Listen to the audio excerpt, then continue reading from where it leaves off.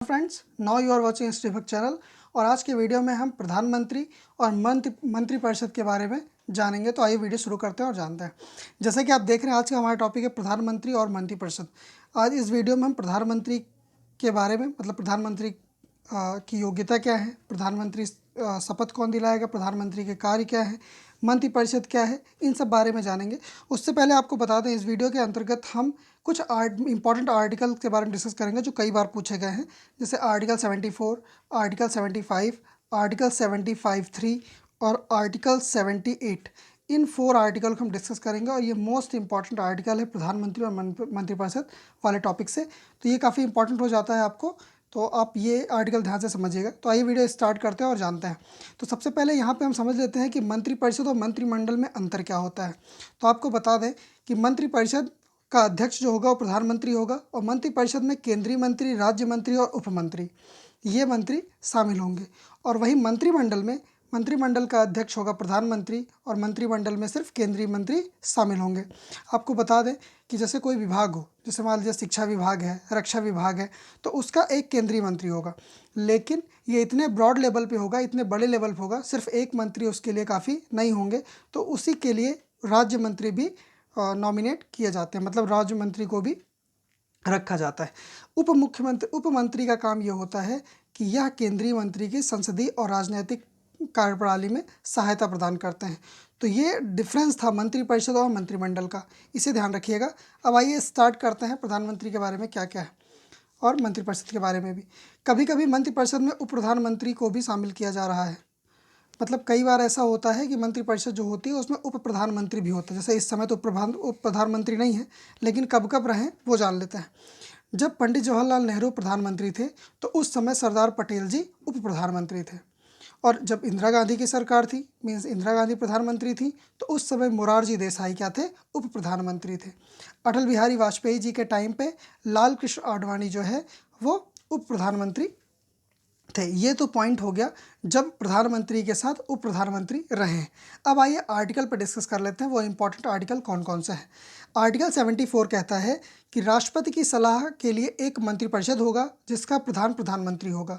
मतलब जो भी मंत्रिपरिषद होगा वो राष्ट्रपति की सलाह के लिए होगा, और उसका एक प्रधान होगा जो कि कौन होगा, प्रधानमंत्री। मतलब मंत्रिपरिषद प्रधानमंत्री को उत्तरदायी होगा।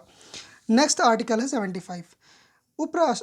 राष्ट्रपति प्रधानमंत्री की नियुक्ति करता है। आर्टिकल 75 में बताया गया है कि जो राष्ट्रपति होगा वो प्रधानमंत्री की नियुक्ति करेगा, और प्रधानमंत्री की ही सलाह पर ही मंत्रिपरिषद की नियुक्ति करता है। कौन, लेकिन नियुक्ति कौन करेगा, नियुक्ति राष्ट्रपति ही करेगा, लेकिन सलाह किसकी होगी, प्रधानमंत्री की।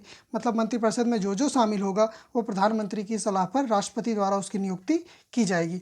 तो ये तो पॉइंट था आर्टिकल 75 का। अब एक मोस्ट इंपॉर्टेंट आर्टिकल है आर्टिकल 75(3), जो कि कई बार एग्जाम में पूछा गया है। इसको देख लेते हैं। आर्टिकल 75(3) कहता है कि मंत्रिपरिषद सामूहिक रूप से, मोस्ट इंपॉर्टेंट वर्ड है सामूहिक रूप से, जब ऐसा लिखा रहे, सामूहिक रूप से जहाँ लिखा होगा तो मंत्रिपरिषद सामूहिक रूप से लोकसभा के प्रति उत्तरदायी होगा।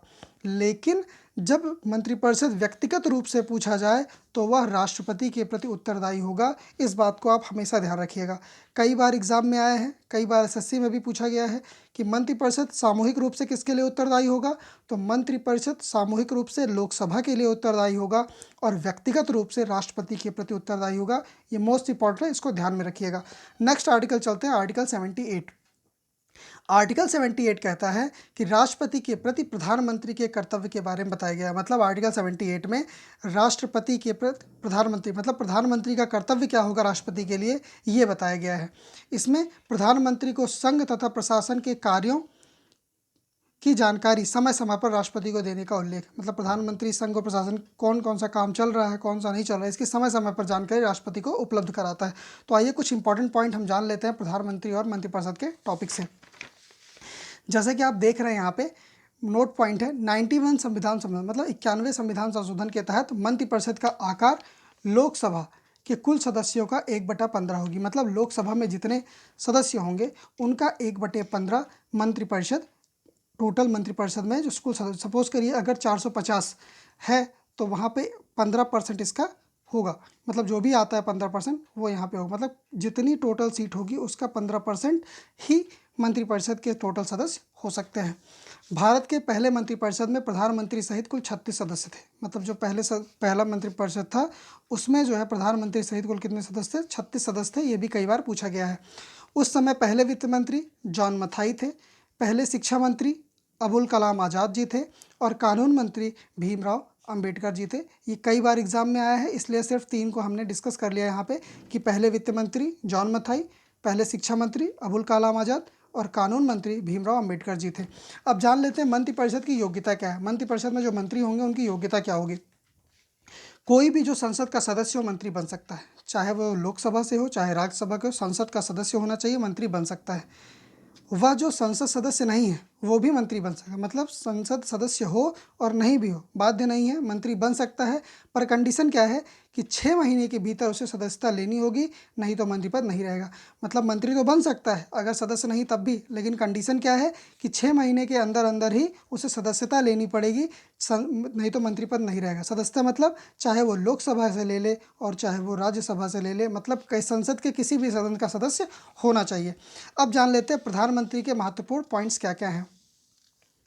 भारत के प्रधानमंत्री की न्यूनतम आयु 25 वर्ष होगी और ये लोकसभा के सदस्य की भी आयु है, याद रखिएगा आप। सबसे लंबा कार्यकाल अभी तक जिनका प्रधानमंत्री के रूप में रहा है वो है पंडित जवाहरलाल नेहरू जी। पहली महिला प्रधानमंत्री आपको पता होगा इंदिरा गांधी जी हैं। प्रधानमंत्री जो कभी लोकसभा नहीं आए, मतलब अपने कार्यकाल में ये कभी भी लोकसभा में गए ही नहीं, वो कौन थे? चौधरी चरण सिंह जी। मतलब ये कभी भी लोकसभा में आए ही नहीं। विश्वास मत प्राप्त करने में असफल रहे प्रथम प्रधानमंत्री विश्वासनाथ प्रताप। देखिए इसको पिछले वीडियो में हमने डिस्कस किया था, फिर से बता देते हैं। आप इसको आसानी से याद कर सकते हैं। यहाँ क्या आ रहा है? विश्वास मत, विश्वास आ रहा है, और यहाँ क्या आ रहा है? विश्व। मतलब आप इसको आसानी से याद कर सकते हैं, आपके दिमाग में रहेगा तो आप आराम से आंसर को टिक कर लेंगे। विश्वास मत प्राप्त करने में असफल प्रथम प्रधानमंत्री कौन थे? विश्वनाथ प्रताप। अधिक उम्र में प्रधानमंत्री बने, मतलब सबसे ज़्यादा उम्र के हो गए उसके बाद प्रधानमंत्री बने थे, तो वो थे मोरारजी देसाई। सबसे कम उम्र प्रधानमंत्री बनने राजीव गांधी जी। तो ये कुछ इंपॉर्टेंट पॉइंट्स थे जो कि प्रधानमंत्री वाले इलेक्शन हमने किया। कुछ पॉइंट्स और देख लेते हैं कि भारत में जो प्रधानमंत्री हैं उनकी कार्यकाल के दौरान ही मृत्यु हो गई थी। कौन कौन है वो? भारत में ऐसे 3 प्रधानमंत्री हुए जिनकी कार्यकाल के दौरान मृत्यु हो गई थी। वो थे पंडित जवाहरलाल नेहरू, लाल बहादुर शास्त्री और इंदिरा गांधी। ये 3 प्रधानमंत्री ऐसे थे जिनकी कार्यकाल के दौरान ही मृत्यु हो गई थी। ये जरूरी नहीं कि प्रधानमंत्री लोकसभा और राज्यसभा का आवश्यक रूप से सदस्य हो, पर 6 महीने में किसी एक सदन का सदस्य हो जाना चाहिए। मतलब पहले ही आपको बताया गया कि ज़रूरी नहीं है कि प्रधानमंत्री वो लोकसभा राज्यसभा का सदस्य हो ही, लेकिन 6 महीने के अंदर अंदर उसको जो है सदस्य बन जाना चाहिए।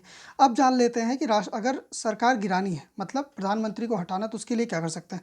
तो सरकार जिसकी हो उसके लिए अविश्वास प्रस्ताव लाना होता है, और ये अविश्वास प्रस्ताव हमेशा लोकसभा में आता है, और लोकसभा में अविश्वास प्रस्ताव आने के बाद सरकार को अपना बहुमत साबित करना होता है। अगर सरकार बहुमत साबित करने के प्रयास में सफल होती है तो उसकी सरकार रहती है, अथवा मंत्रिपरिषद को तुरंत ही इस्तीफा देना पड़ता है। तो ये टॉपिक था जो हमने प्रधानमंत्री और मंत्रिपरिषद में कवर किया है। तो आज के वीडियो में इतना ही। आपको हमारा वीडियो कैसा लगा कमेंट में हमें ज़रूर बताएं। तो मिलते हैं अगले वीडियो में, तब तक के लिए आप चैनल को लाइक करिए, शेयर करिए, सब्सक्राइब करिए, और सब्सक्राइब करते समय बेल आइकन जरूर प्रेस करिए, जिससे आपको आने वाले वीडियोज़ के करंट नोटिफिकेशन मिलते रहें। तो मिलते हैं अगले वीडियो में, तब तक के लिए धन्यवाद।